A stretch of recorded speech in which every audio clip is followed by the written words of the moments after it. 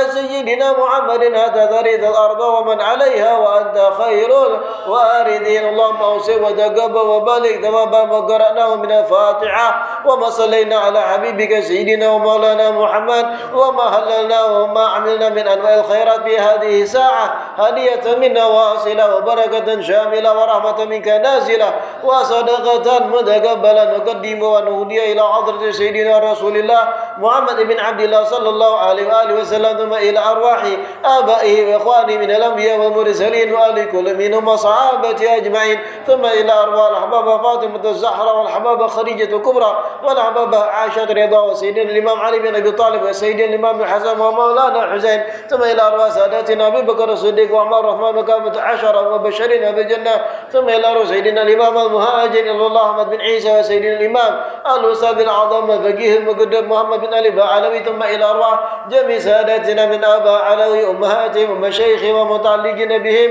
ومحبين ومنتسبين إليهم أجمعين وخاصة إلى روح من اجتمعنا هنا بسببهم المرحوم قساس بن أمري والمرحوم يسرا بن جنة والمرحومة آسيا بنت شكور والمرحومة مستعينة بنت كدري وكذلك جميع أموات المسلمين والمسلمات والمؤمنين والمؤمنات المدفونين ومتوفين بهذه القرية وما حواليها أوصل اللهم ثواب ذلك منا إليهم واجعل نورا يسعى ويتلألأ بين أيديهم. اللهم اجعل ثواب ما قرأناه اللهم فيك لهم من النار ونجاة لهم من النار وسترا وحجابا لهم عن النار. اللهم اغفر لهم وارحمهم وعافهم واعف عنهم. اللهم اغفر لهم وارحمهم وعافهم واعف عنهم. اللهم اغفر لهم وارحمهم وعافهم واعف عنهم. ربنا اغفر لنا ولإخواننا الذين سبقونا بالإيمان ولا تجعل بقلوبنا غلا للذين آمنوا ربنا إنك رؤوف رحيم. ربنا آتنا في الدنيا حسنة وفي الآخرة حسنة وقنا عذاب النار. وصلى الله على سيدنا محمد وعلى آله وصحبه وسلم. الحمد لله رب العالمين. ربنا انفعنا بما علمتنا رب علمنا الذي ينفعنا رب فكنا وفك أهلنا وقرابات لنا في ديننا مع القدر أمة وذكر رب وفقنا ووفقهم لما ترتضي قولا وفعلا كرما وارزق الكل حلالا دائما وآخرنا أتقياء علما نرضى بالخير ونقى كل شر.